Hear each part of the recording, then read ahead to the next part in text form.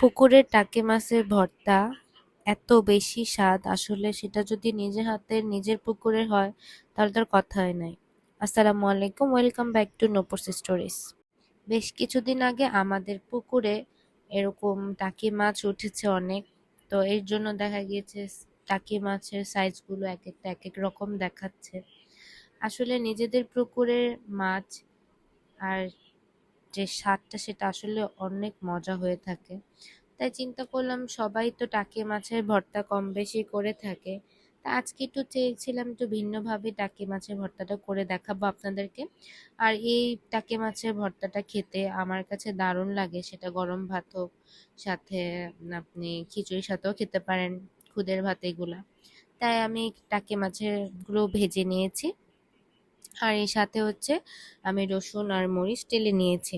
তারপরে হচ্ছে আমি একটা পাটা নিয়ে নিয়েছি, পাটার মধ্যে আমি একেবারে মানে একদম বাংলা স্টাইলে যেভাবে বানায় আমি একদম পাটা পুতা নিয়ে রেডি, যে আমি আমার নিজের হাতে এই টাকি মাছের ভর্তাটা আমি বানাবো। আর হচ্ছে ভর্তা অনেকে অনেকভাবেই করে থাকে, কেউ হাতে করে কেউ ব্লেন্ডারে করে, কিন্তু আমি মনে করি যে আসলে পাটা দিয়ে ভর্তা বানিয়ে খেতে যে মজা, সেটা আসলে এটার স্বাদ অন্যরকম লাগে। তাই আমি হচ্ছে আপনাদের জন্য এত বেশি তো লেন্দি করা যায় না, আমি একটু স্পিড বাড়িয়ে দিয়েছি, যার কারণে আপনাদের দেখাতে ইজি হয় যে আমি আমার এই পাটার মধ্যে সব কিছু সুন্দরভাবে একেবারে বেটে নিয়েছি। আর এরপরে আমি যখন দেখলাম যে আমার এই ভাজা মাছগুলো কাটা ছাড়ানোর পরে আর কি আমি এই রসুন মরিচের সাথে বেটে নিয়েছি। এরপরে হচ্ছে আমি এই বাটাগুলো হয়ে গেলে তারপরে আমি কি করতেছি হচ্ছে ধনিয়া পাতা কুচি করে রেখেছিলাম, এটার সাথে অ্যাড করে দিচ্ছি। ওটা ধনিয়া পাতা অ্যাড করে আমি আবারও আবারও এটা ম্যাশ করে ফেললাম। তারপরে কিছু কাঁচা পেঁয়াজ দিলাম, কারণ ভর্তা দেখা গিয়েছে ম্যাক্সিমাম ভর্তার স্বাদটা আসে কাঁচা পেঁয়াজ থেকে। কাঁচা পেঁয়াজটা আমি বেশি চিকনও করিনি বেশি মোটাও করিনি, মিডিয়াম সাইজ রেখে ঠিক এভাবে আমার মতন করে যদি আপনি এরকম করে যদি আপনি ভর্তাটা করেন বেশি আলতো আলতো করে এইগুলা ছাড়িয়ে আর কি পেঁয়াজটা দিয়ে করলে আসলে অনেক বেশি মজা লাগে। আমি আমার এই পাটাতে যে ভর্তা বানানো, এটা আসলে আমি আপনাদেরকে কি বলবো যে আমার কাছে খুবই মজা লাগে, তাই আমি বারবার এভাবেই বানাই।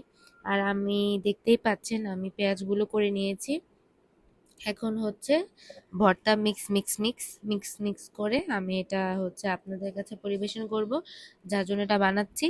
আমার কাছে এভাবে করে ভর্তাটা বানাতে খুবই ভালো লাগে। আমি জানি না কে কিভাবে টাকি মাছের ভর্তা করে খান, আমি আপনাদের সাথে একটা টাকি মাছের ভর্তার রেসিপি করে দেখাইছি। এখন আপনাদের যদি ভালো লাগে আমাকে অবশ্যই জানাবেন। আর আমি সাধারণত দেখা যায় অনেক কিছুই করি, কখনো রান্না করি, কখনো ঘুরতে যাই, খেতে যাই, যখন যেটা ভালো লাগে ওটাই করি। আর আমার কাছে মনে হয় যে আমি আমার জীবনের সময়গুলো চলে যাচ্ছে, তো কেন না আমি আমার এই সময়গুলো মুহূর্তগুলো আমি ক্যাপচার করি আর ভিডিও করি, সাথে আমি ব্লগ করি, আপলোড করে দিয়ে রাখি, যেন আমারও ভালো লাগে, কোনো এক সময় আমিও দেখতে পাবো। আর আপনাদেরও খুবই ভালো লাগে, আপনারা সুন্দর সুন্দর কমেন্ট করেন, যার জন্য আমার কাছে খুবই ভালো লাগে।